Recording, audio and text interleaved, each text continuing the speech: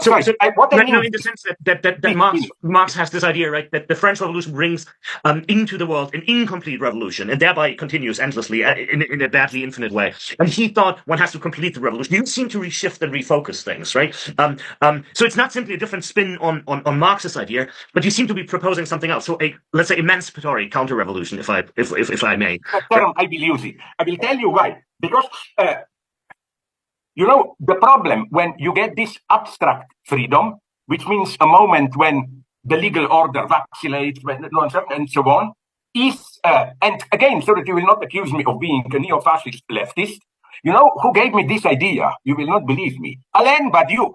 We debated once cultural revolution, and he told me, when I told him, but nonetheless, then, Mao or yes, point is who will or do it.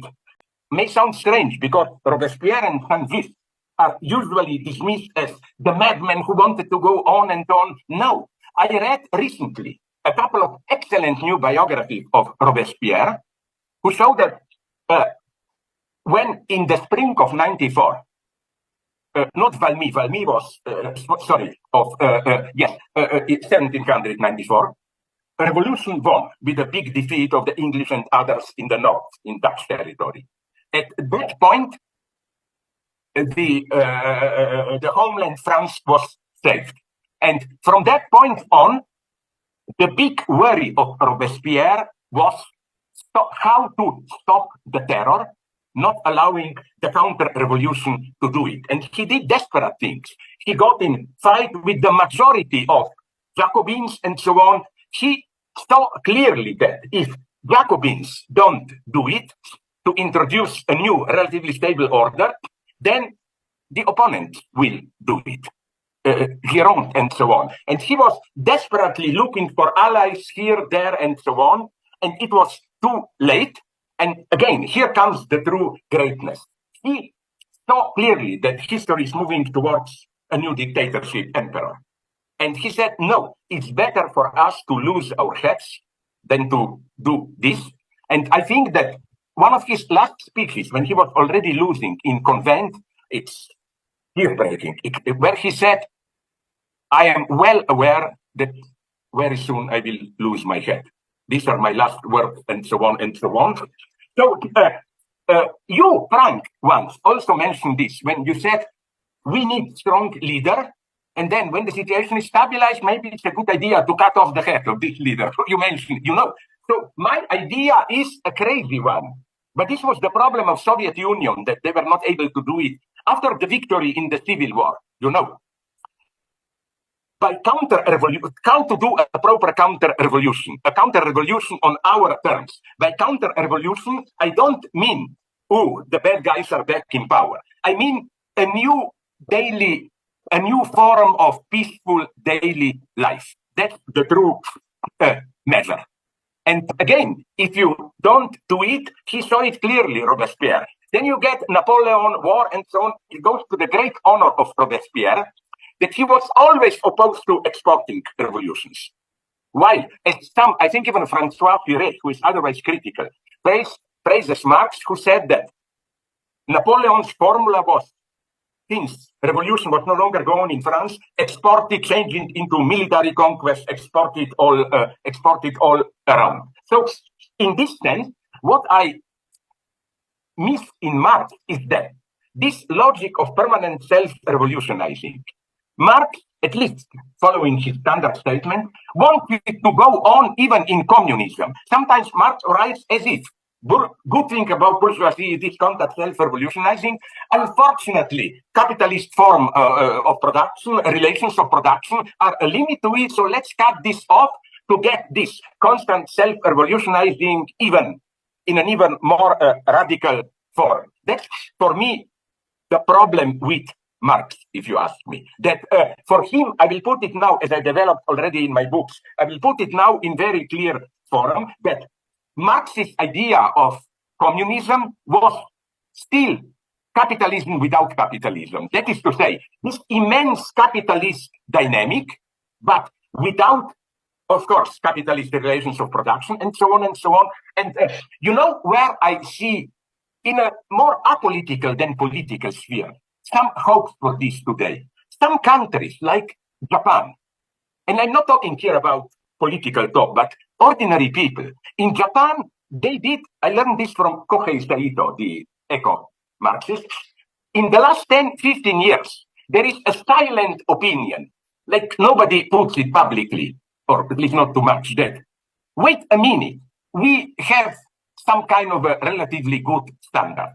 Why go on with new and new? Why don't we learn just to, not in a decadent sense, but small pleasures of life, culture, writing, in a more peaceful way to enjoy life? It's also ecologically better, and so on and so on. This tiredness of constant emergency state, of constant progress. So this idea, I must say,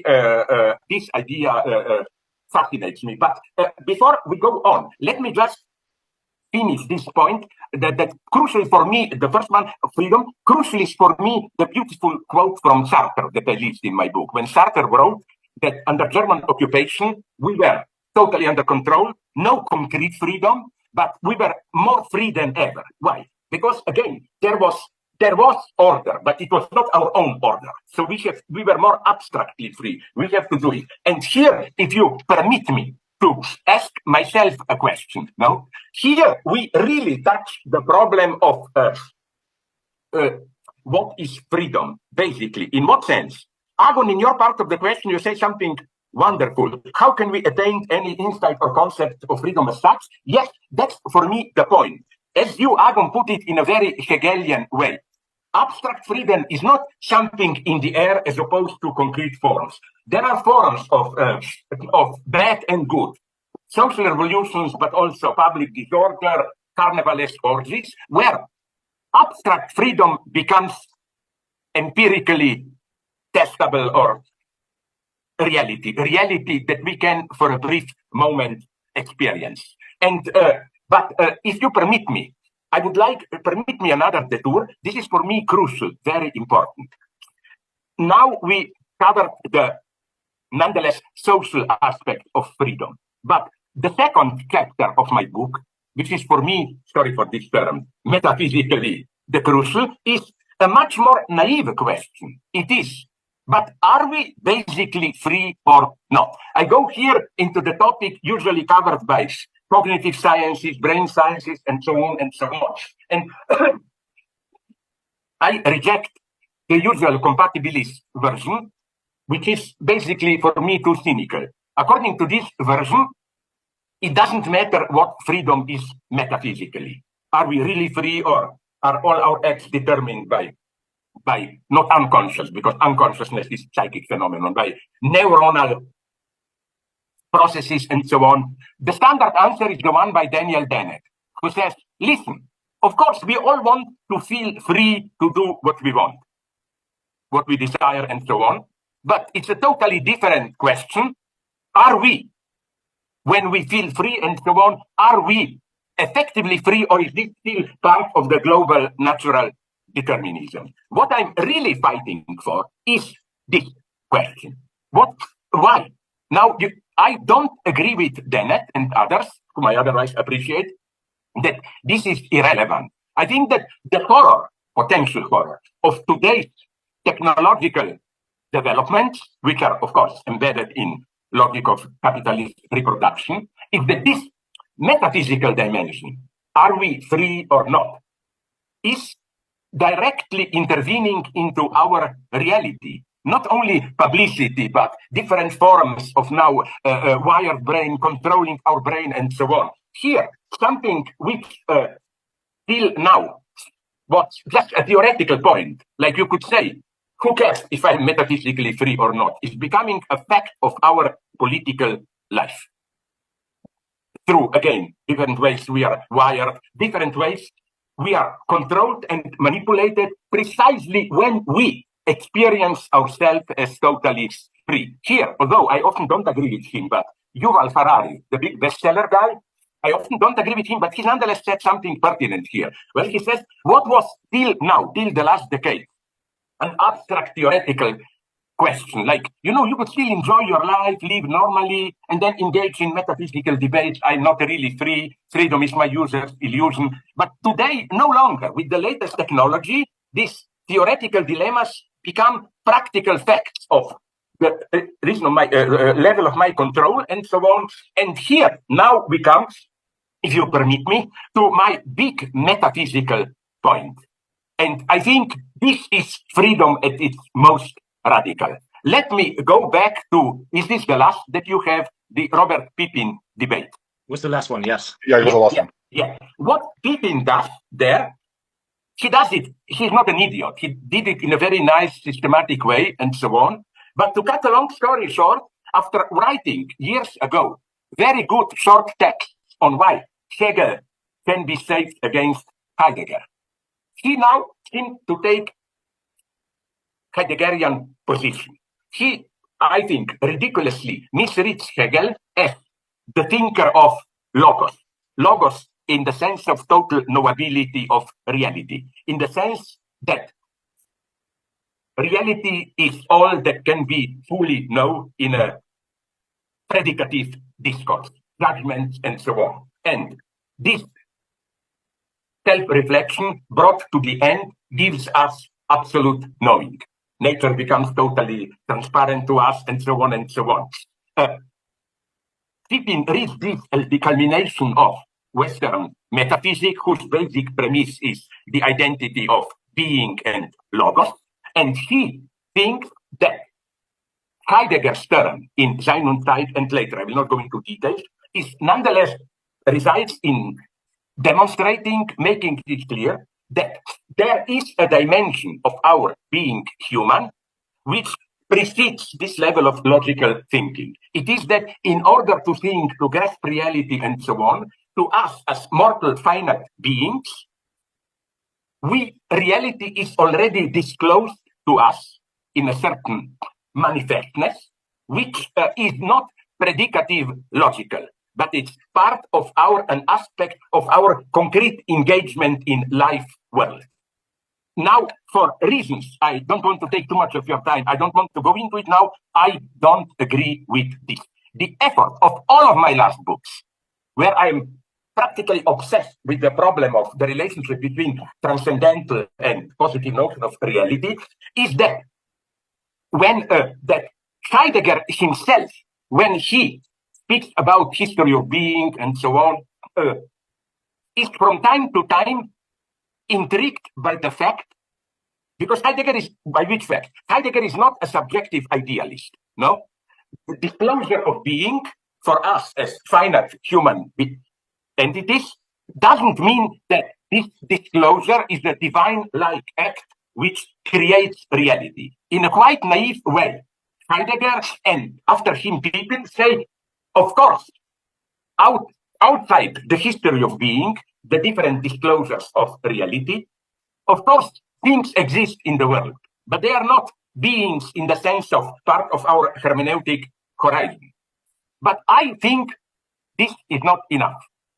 Heidegger is for me the ultimate transcendental thinker, although his notion of transcendentalism is not this Kantian logical. It is that transcendental simply means that whenever we encounter reality, there is always already a hermeneutic horizon, which determines how we perceive reality. But Heidegger himself occasionally has doubts. For example, when he asks, but how he does this, but how could we emerge out of nature?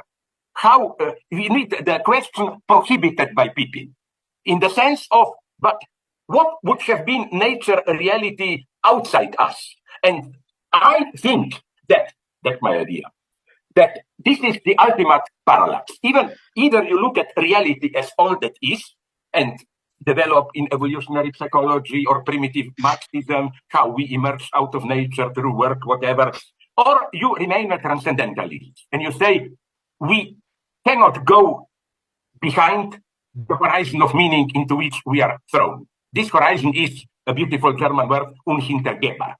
I think that, to cut it short, that when that Hegel is absolutely not this type of total rationalist. There are many aspects, I will not even lose time, read my books, but I think that what Hegel, sorry that I was so long, but this is my message. What Hegel describes at a couple of levels, as for example, already in his Jena Realphilosophie, as this, but I don't like the word mystical because it's not mystical, but this experience of what Hegel called, using the well-known mystical term, die Nacht der Welt, the night of the world, this radical self-annihilating negativity. This is precisely something in between. It is the abyss out of which different horizons emerge.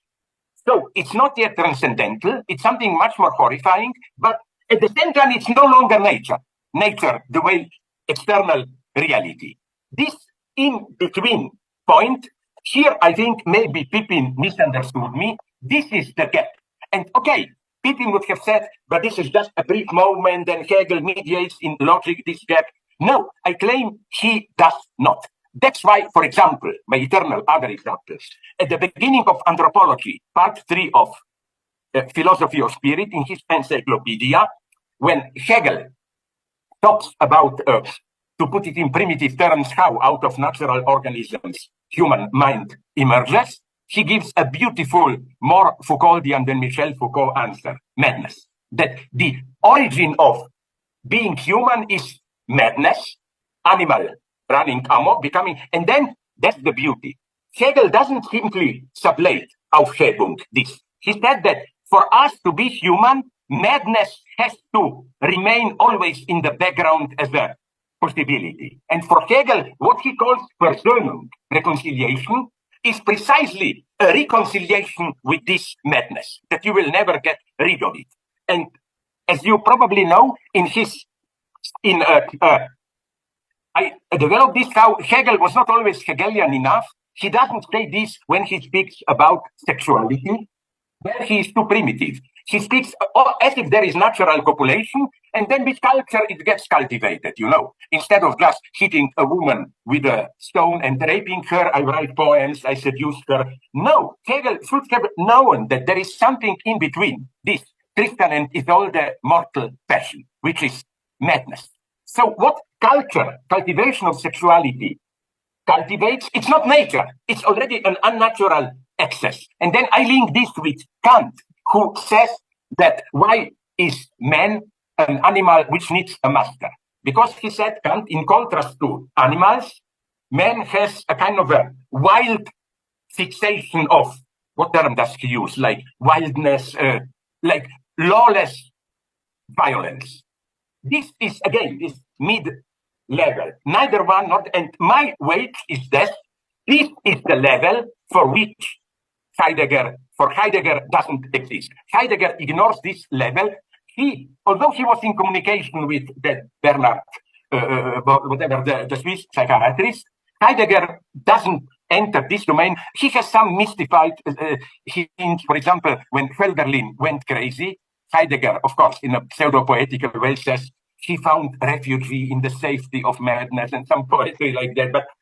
But do you see what I mean here? That this is for me also the original, this madness, zero level of freedom. And then, I go a step further and claim that it's not simply that we have natural balance and then human madness. This human madness must be somehow rooted in, under quotation marks, the madness derailment of nature itself. And here enters quantum physics. Now we go on, but I should give you a hint of what is now my, let's call it, metaphysical obsession. I'm so sorry. Can we interrupt you? Because we have quite a lot of material to cover and very little time. Yeah. Now you will get short questions from me, short answers and so on. Yeah. We'll come to quantum physics in a bit, but what I want to ask you now is something concerning your conception of politics, which has caused quite some reproaches and critiques. One of them is that you constantly change your position in regard to different concrete situations. We can broadly categorize these reproaches into three groups. The first one would be the truly violent act is to do nothing, that is refusal to act. I'm quoting you here now. And some of the examples would be, say, not to give money to the banks, not to engage into charity work, do not buy politically conscious coffee at your local coffee shop, etc.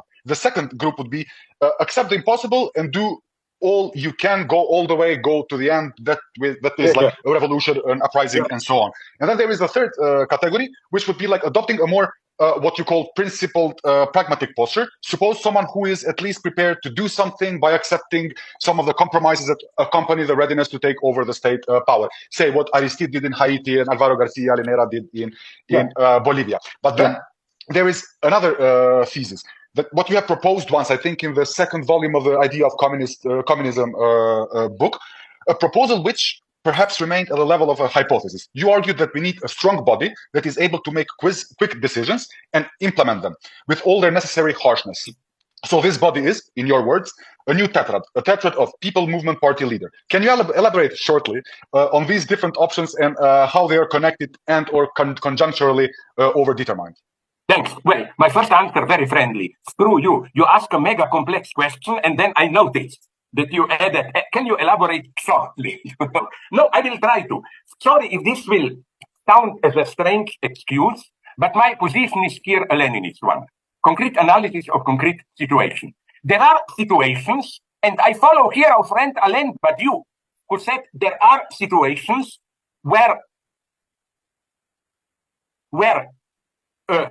to be active in doesn't matter how critical way, it's a fake. It strengthens the system. There are situations where the system is able to reabsorb it. You know, in my violence book, I quote as a wonderful example that Saramago's novel. What was the title? I forget. Blindness. Okay, where simply people decide not to vote, and they bring down the entire system. Then there are situations, but it's when again you have to take the risk and to go all the way through it.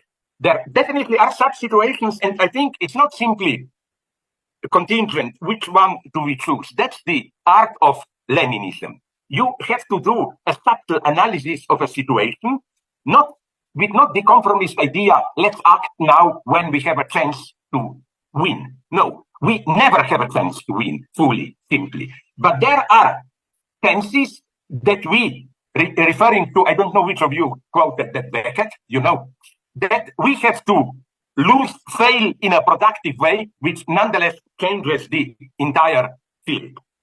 Then principle pragmatic posture, yes, that's what we should do, but this principle pragmatic posture, I hope we all agree, has a limit. The limit is that the world is so fucked up, in such a mess today, that it's wrong to think that with this slow, realistic social democracy, we will come somewhere. No, as I always repeat, we should get ready for an emergency state. Emergency state will come. And when people said, but you are raising panic and so on, my answer is this cynical reversal. Don't worry, it will come, the emergency state. You know, don't worry, it will come. So also this, as you call it,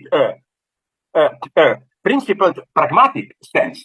Here also one has to be a Leninist in what sense? The art is to choose. Here again, in spite of all my disagreements with him, I agree with Alain Badiou.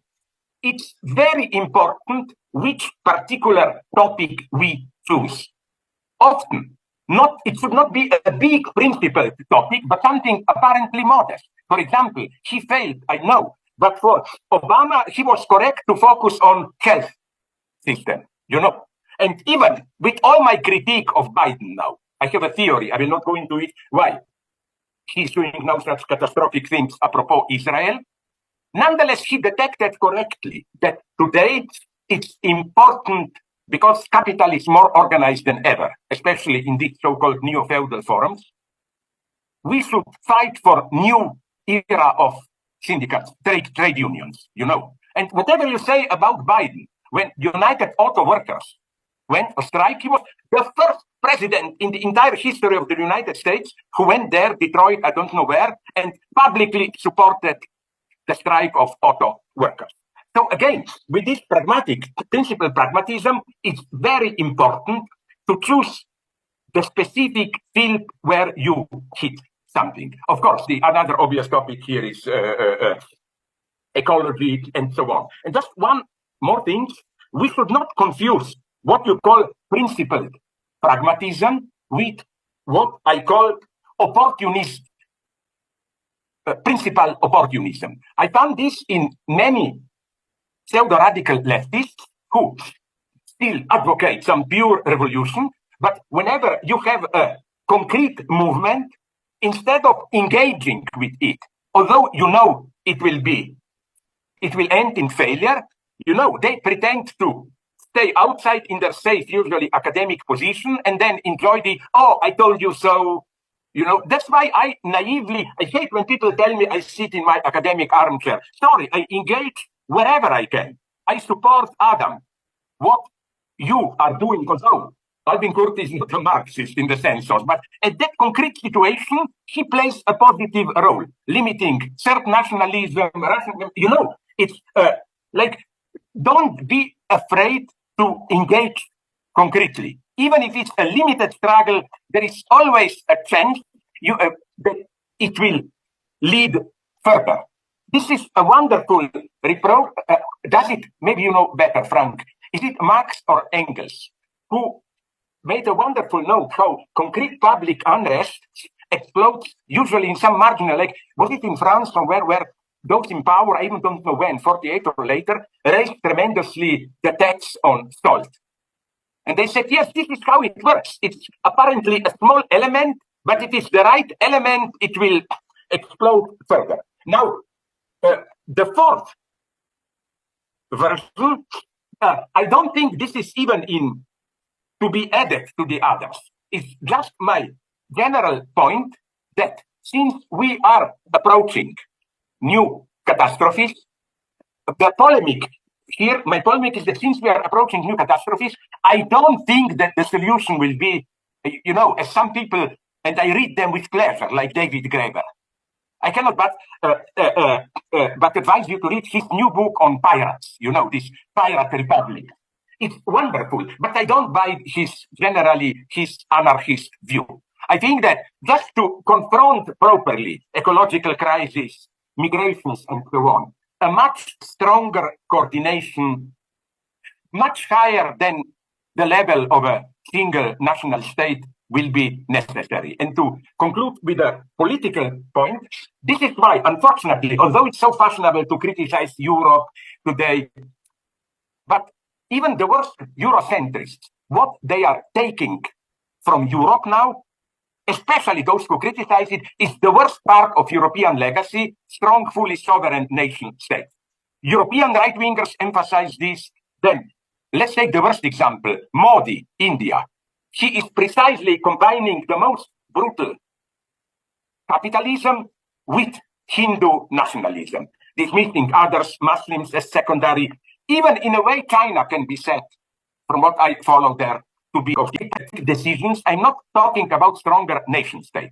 I'm even worse here. I'm talking about larger bodies, because how can we even think of coping properly with ecological crisis without something like this, without much stronger executive, which should be controlled, but at the same time, it should be effective. Let's stop, that's my tragic vision. Let's stop the idea that we should trust in the people. People know what they want. For example, I always like this. Van Hui, my Chinese friend, even tried to convince me. He was sent after Tiananmen. Wisdom in the sense of proper historical insight can emerge here or there or anywhere. I don't believe in privileged historical subject. Here, a very friendly reproach to our good friend Alain Badiou.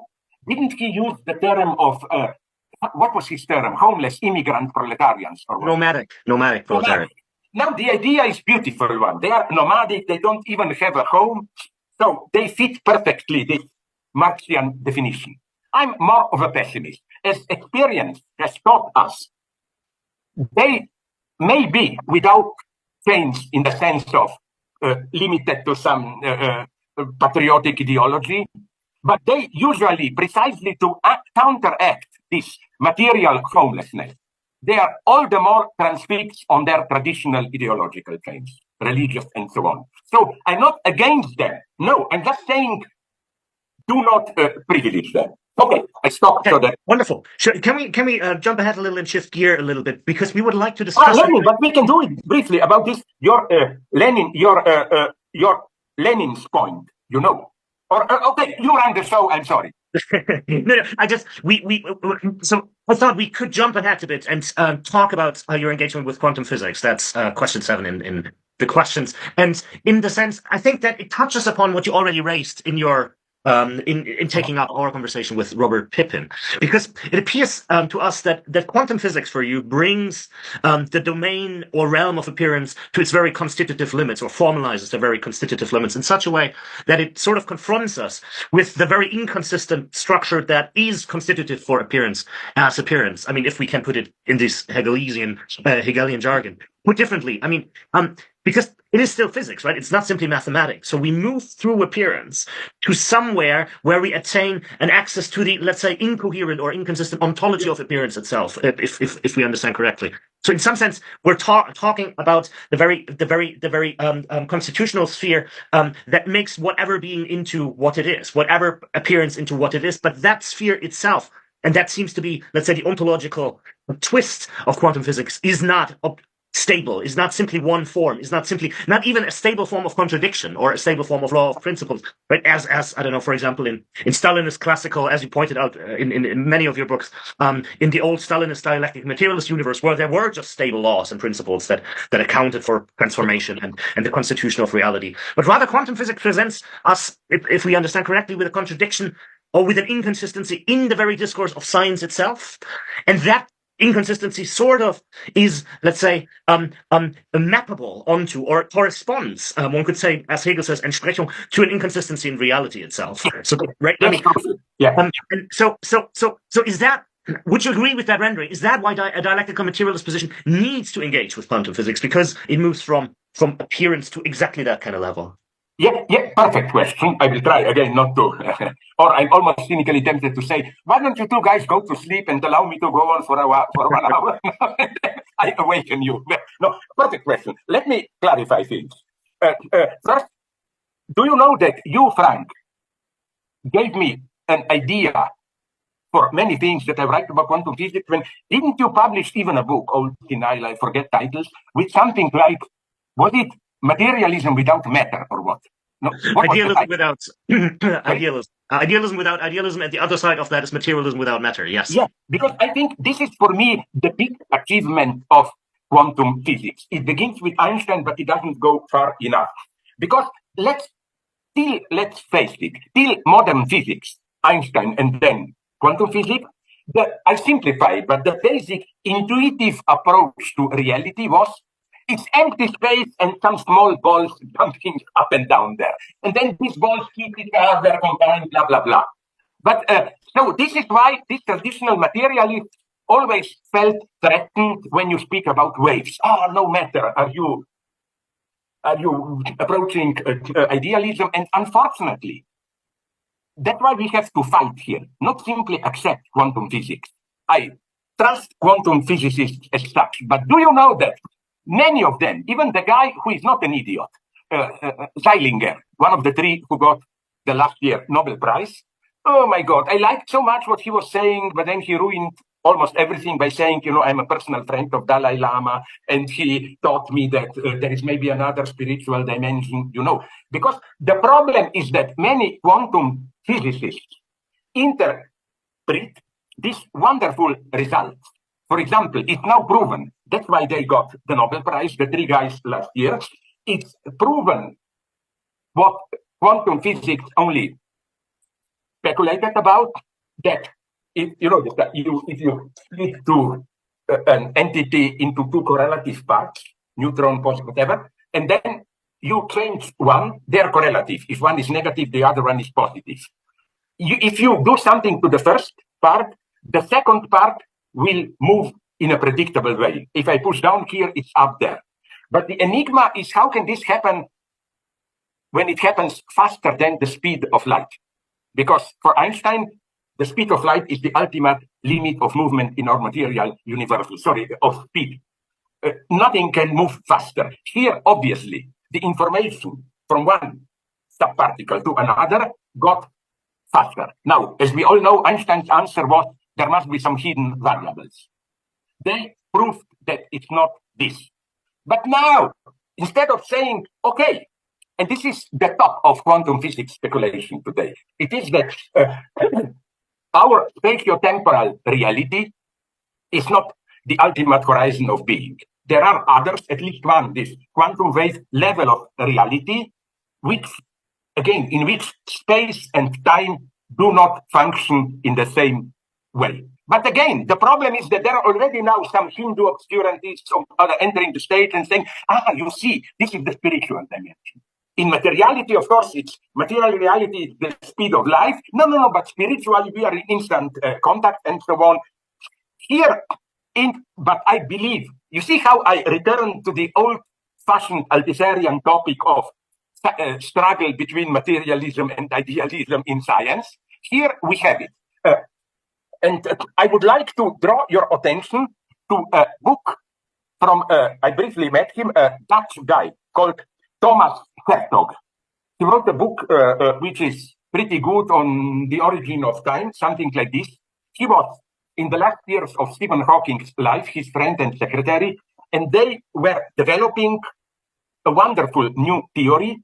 Now, I cannot judge, are these pure speculations and so on, that it's not as simple as people thought.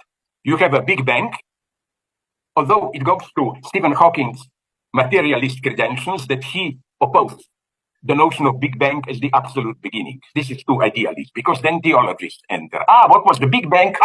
Big Bang is the point of interest. No, but his idea is a wonderful one, and he tries to prove it scientifically. I don't know if it's true, but as they say, se non è vero è ben trovato, no?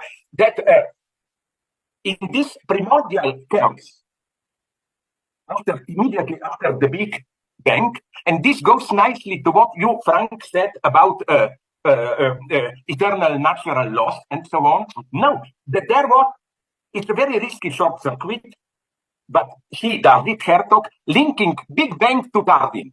By Darwin, I mean struggle, competition, survival of the fittest.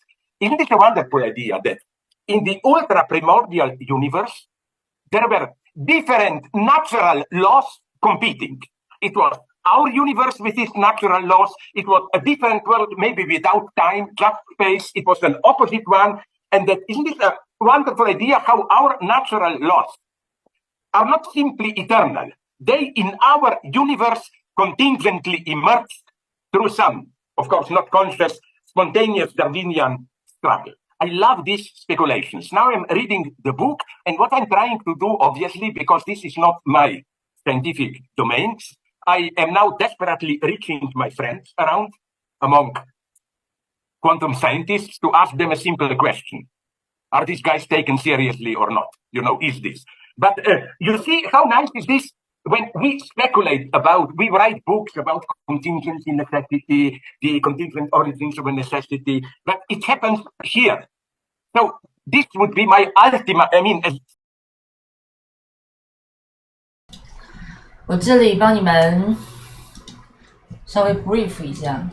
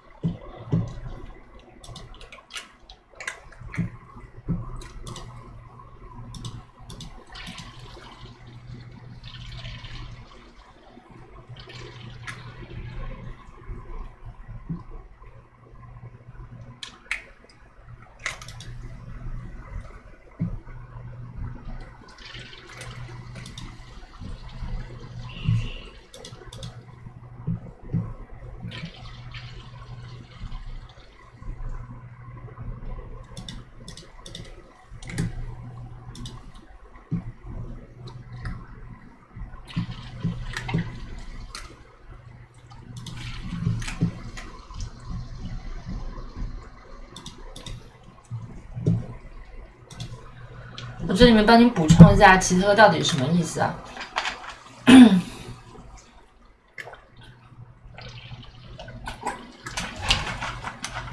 这个要从这个 Stephen Hawking 的时间简史开始说起。他在说看了一本书，什么什么也是什么类似时间简史，然后他说那个作者，他说那个人是霍金的。就是说秘书或者是助手之类的，然后他们一起在研究这个事情。霍金写那个时间简史，或者是霍金的宇宙，你们知道是就霍金的主要的理论研究是关于什么的吗？就是关于大爆炸理论，对吧？霍金的研究其实就是反对大爆炸理论的。霍金说没有什么 Big Bang， 没有什么 Singularity， 没有那个这到底是个起点还是基点啊？起点是吧？没有基点或者是没有起点，只有原初黑洞。但是这个原初黑洞是他从数学上证明这一点的，就是从数学上，他有个数学模型关于什么某种什么黑洞的计算之类的，他是根据这个就是说蜚声国际，所以说这个事实上大家都不太了解，对不对？老觉得那个。老觉得什么，比如说老觉得说宇宙始于一场大爆炸，对不对？但事实上，这个只是某种关于时间以及宇宙起源的理论，就是源于大爆炸。因为事实上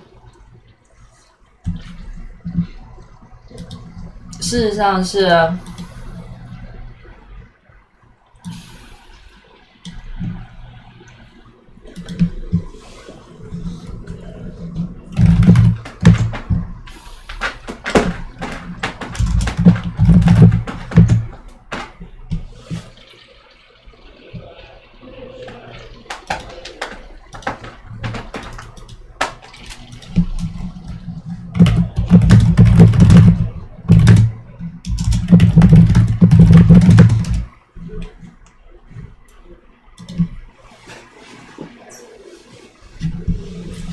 对，事实上，宇宙大爆炸只是用这种理论，霍金得奖理论就是说没有大爆炸，是原初黑洞，对吧？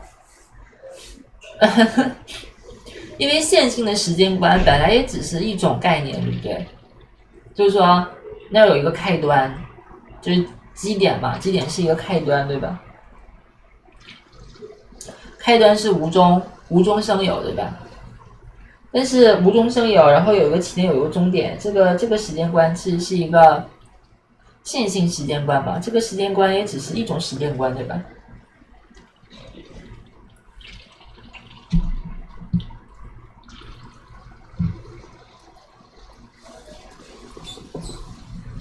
而且大爆炸理论说的并不是那个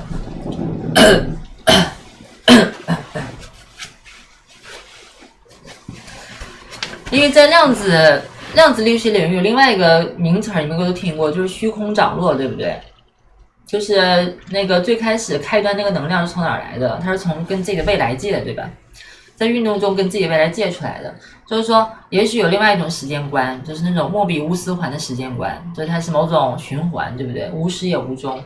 原初的就是开端那个起点，那个起点是一个分裂，那个分裂是从一个混沌之中分裂，对吧？这个其实也是世界之业了，就是一种神圣的收缩，把自己收拾到一个完全的内部，就是从那个无序的疯狂中变出一个更疯狂的东西，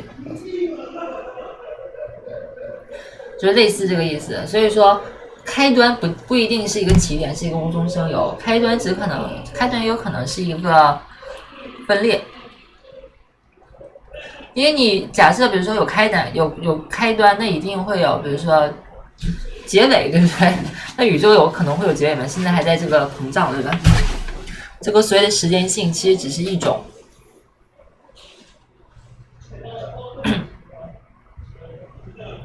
黑格尔就是说明了这个事情，就是说所谓的均质化的那种时间，就是说一定有一个起点，有一个什么纯有，从纯有到定在的那一刻。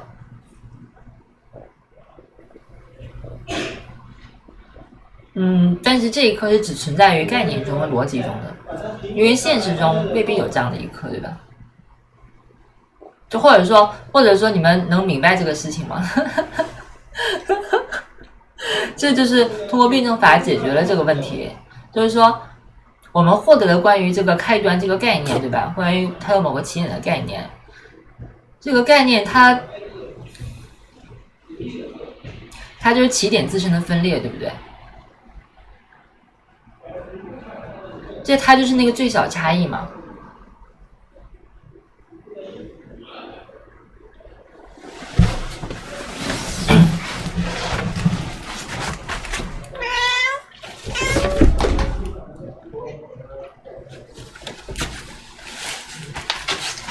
就是开端也不过是这样的一个分裂而已，它从一个混沌中获得这个太一的分裂，对吧？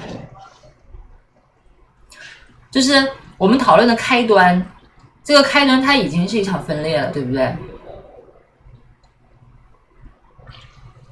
所以说，当你讨论开端的时候，它已经不是开端了。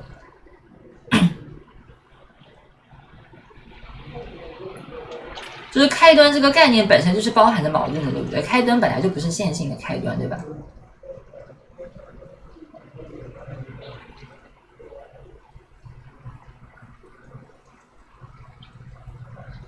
所以黑格尔就基本解决这个问题了。你们能理解我在说什么吗？反正有慧根的应该懂我在说什么了。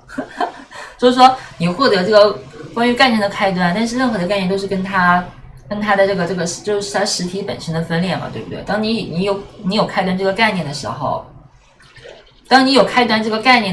这个概念它已经存在着，它已经是实体本身的分裂了。所以那个无中生有的过程，其实只是一个逻辑上的东西，纯有纯无只是一个逻辑。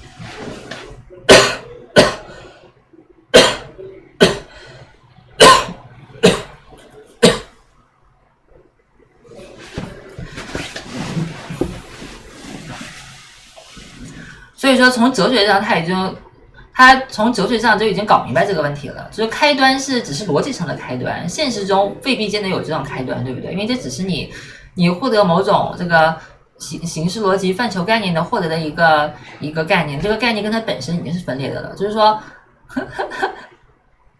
就是说，万事万物一定有一个开端，这是逻辑的起点，但这并不是实体的起点，实体不存在起点，实体的起点是分裂呀。无中生有，从纯有纯无变异到定在，这个过程只是一个逻辑上的起点，可以理解了吗？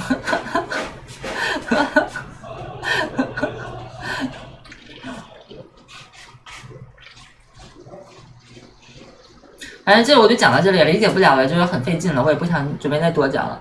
然后呢，这里面那个黑格尔就说这个研究这个小组的，就是说这个人，就是说这个什么秘书他们小组，他们就提出了这个理论，就是所谓的偶然性嘛，对不对？偶然性理论就是我们这个宇宙常类也只是偶然的一种，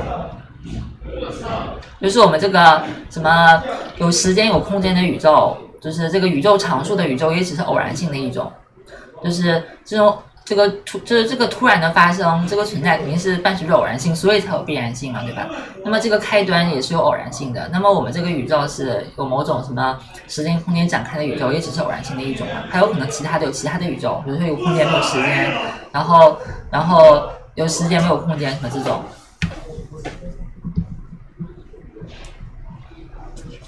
或者说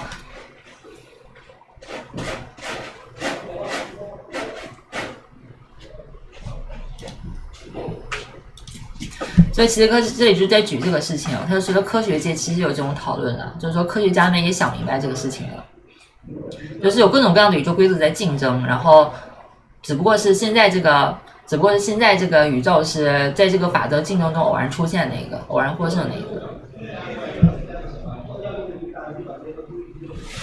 其他的时空架构，对，没错。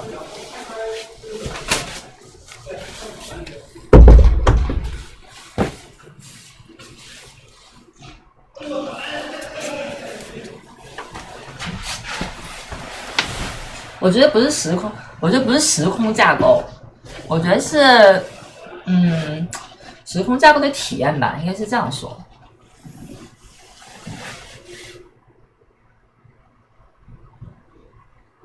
那简而言之，只要你理解了辩证法，你就不会这么纠结这个问题，对吧？或者是只要你理解辩证法，你才能在科学上去敢于去设想这种其他的可能性，对不对？那不理解辩证法那些科学家就还搁那纠结什么第一推动力，什么起点之前必须得什么都没有，必须得有什么无中生有的过程。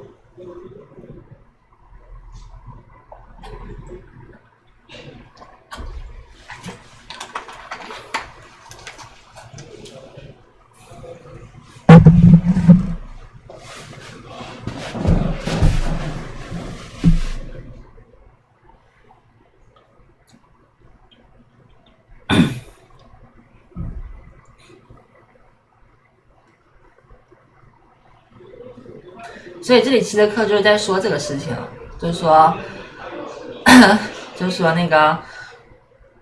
这些有些科学家还是想明白这个事情的。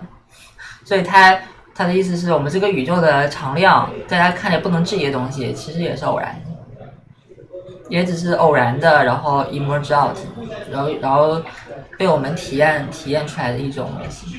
对，像比如说某一种本体化的。不是某种本体动画的本体论，是某种本体化的本体论。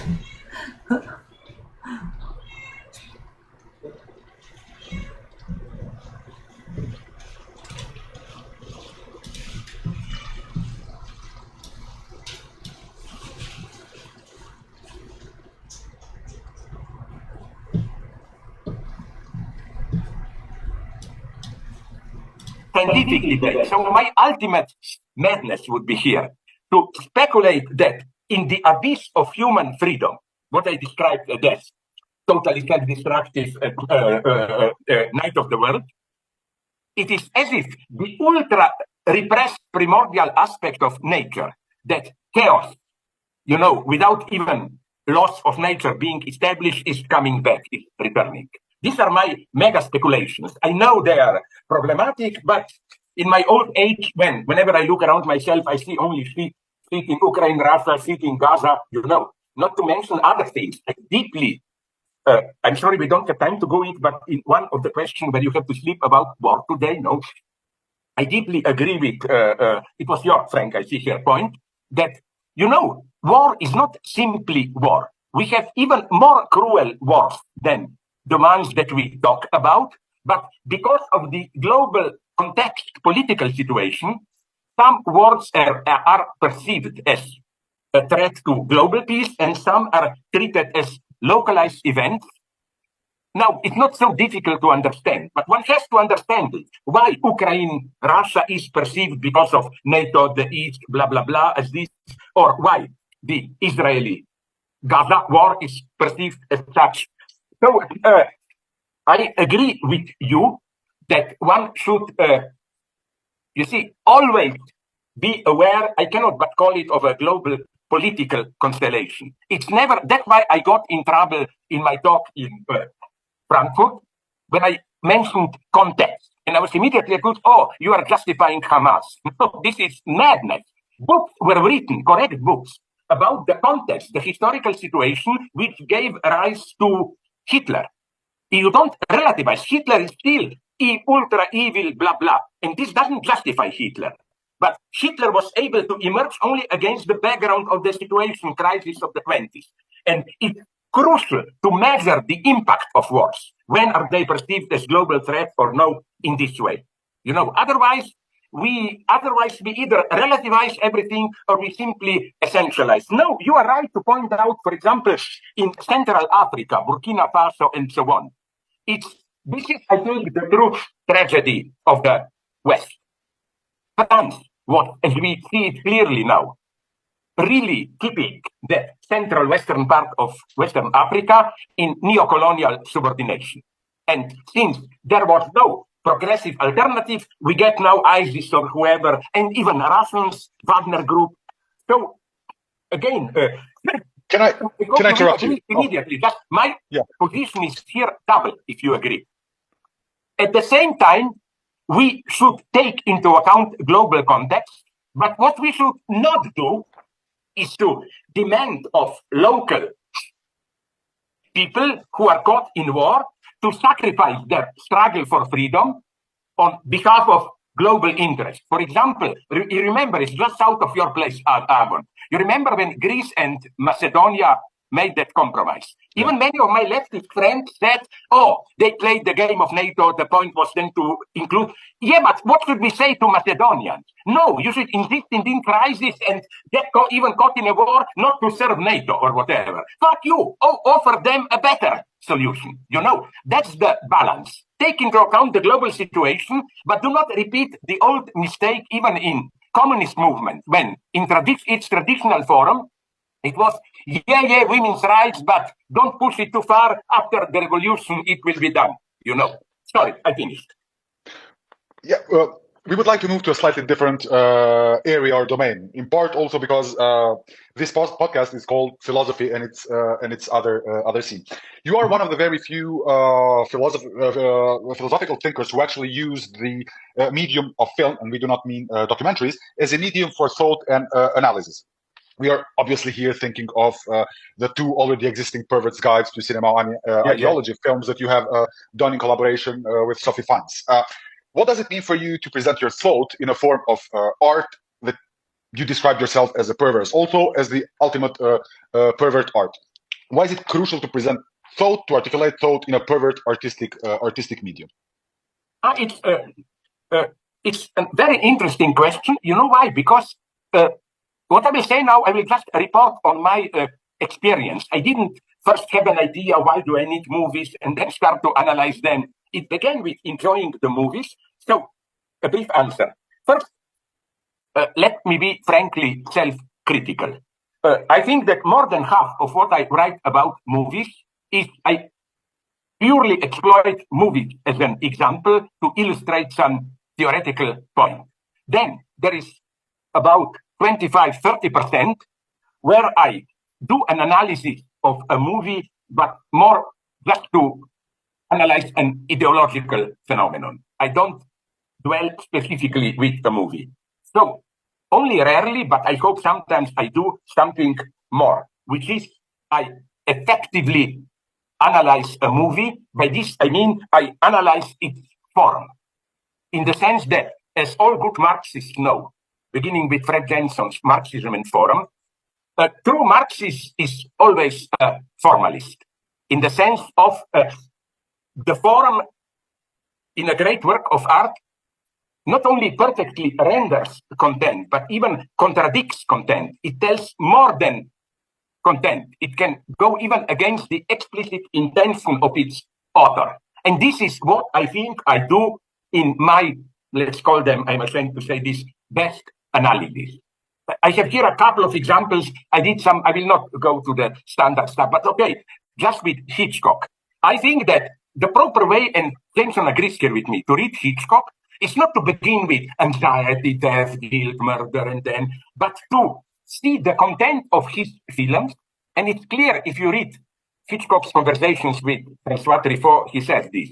He said it all begins with a certain scene, camera movement, and so on. What if camera moves like this, like that, and then he invents the story to be able to use these formal procedures. So at my best, when I analyze Hitchcock, is I focus on some purely formal motives, like the one that I detect from his murder from 31 or 2, or when one of his early sound movies, to Psycho, Birth, and so on. This idea of how camera approaches an uncanny object, and then all of a sudden it jumps up.